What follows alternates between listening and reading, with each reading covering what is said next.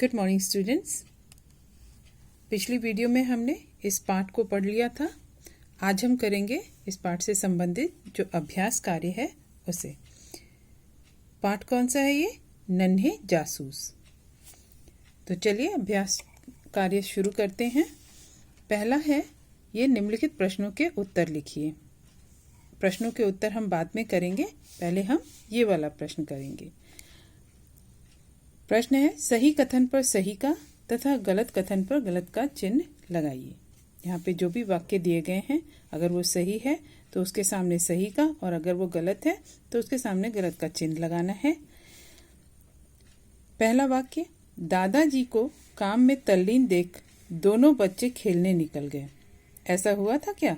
नहीं ना, तो ये गलत है वाक्य। दादाजी कचरे में से ऑलपिन बिन रहे थे। सही है। इस वाक्य में हम यहाँ पर सही का निशान लगाएंगे। दादाजी झोपड़पट्टी के बच्चों को टॉफियाँ बांटने लगे।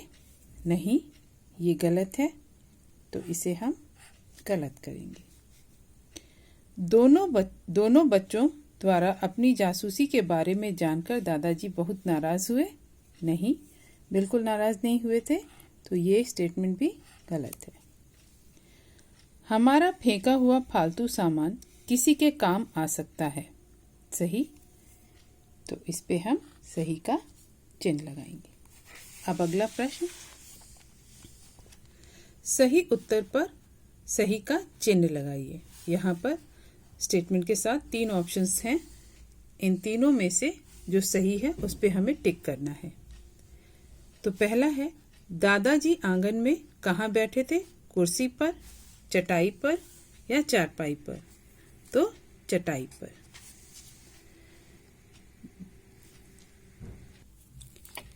दादाजी डस्टबिन से क्या बिन रहे थे?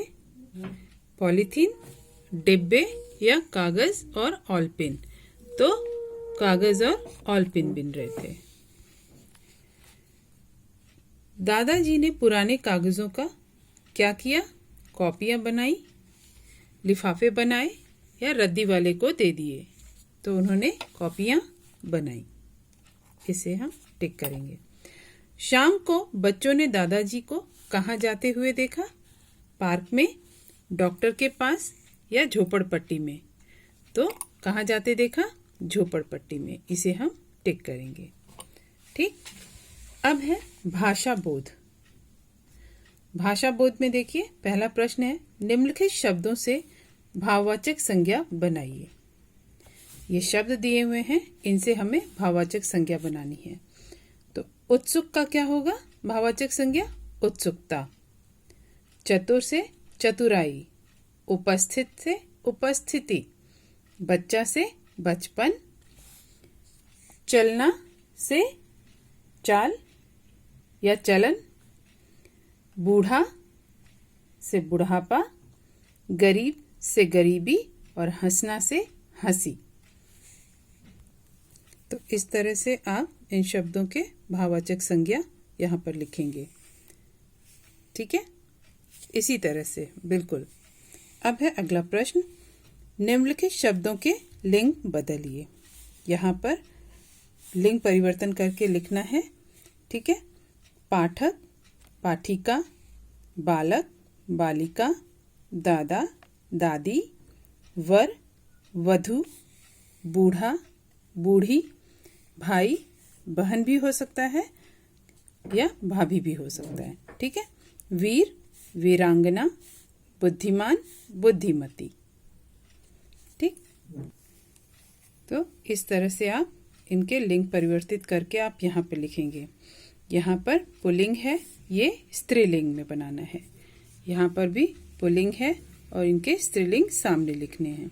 ठीक है, अब हम करेंगे अगला प्रश्न। ये है बहुवचन में बदलना है। ये एकवचन शब्द हैं सारे, इनको हमें बहुवचन में बदलना है। तो दरवाज़ा, दरवाजे, आँख, आँखें। देखो दरवाज़ा, दरवाजे, दरवाजे पे बिंदी नहीं लगेगी क्योंकि ए की आवाज़ नहीं आई है। आँख, आँखें, ए की आवाज़ आ रही है तो ए की मात्रा के बाद बिंदी लगेगी बहुवचन में।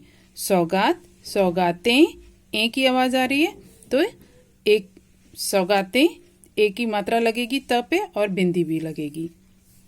ठीक है, यहाँ पे दरवाजे, यहाँ पे आंखें और सौगातें, इस तरह से लिखना है। अब है कॉपी।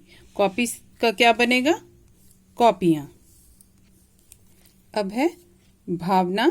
भावना का क्या होगा बहुवचन? भावनाएं। वस्तु, वस्तुएं। छात्र, छात्रगण। खिड़की, खिड़कियां।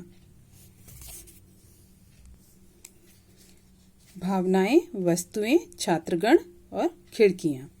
ठीक है, ये सब काम आपको अपनी पुस्तक में ही करना है, कॉपी में नहीं करना है। ये सारा काम आप अपनी बुक में ही करेंगे। अब है अगला प्रश्न, निम्नलिखित वाक्यों से कारक चिन्ह छांटकर लिखिए। कारक चिन्ह क्या होते हैं? कारक क्या होते हैं?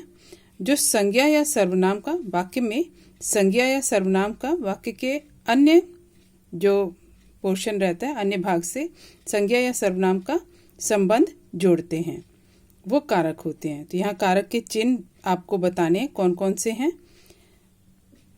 पहला वाक्य है, बच्चे स्कूल से आकर टीवी देखने बैठ गए। तो ये कारक चिन्ह है से, आप यहाँ पर लिखेंगे से। वह कार के पीछे छुप गया। तो इसमें कारक चिन्ह क्या है? के। दादाजी डस्टबिन से पिन बिन रहे थे। तो कारक चिन्ह इसमें क्या है? से। दादाजी ने थैले से कॉपियां निकाली। इसमें दो कारक चिन्ह हैं, एक है ने और एक है से। ठीक, तो अभ्यास कार्य यहीं पे समाप्त हुआ। तो आज का काम यहीं तक। ये जो भी काम आपको कराया गया है, ये सब आप अपनी बुक में ही करेंगे। कोई भी इसमें से कोई भी प्रश्न आप अपनी कॉपी में नहीं करेंगे, ये सारा काम आप अपनी बुक में ही करेंगे। तो अगली वीडियो में हम इस पाठ के प्रश्नोत्तर करेंगे, लिखित और मौखिक प्रश्नोत्तर। तब तक के लिए जो भी काम कराया गया है उन्हें अच्छे से करिए, पढ़िए, लिखिए और याद करिए।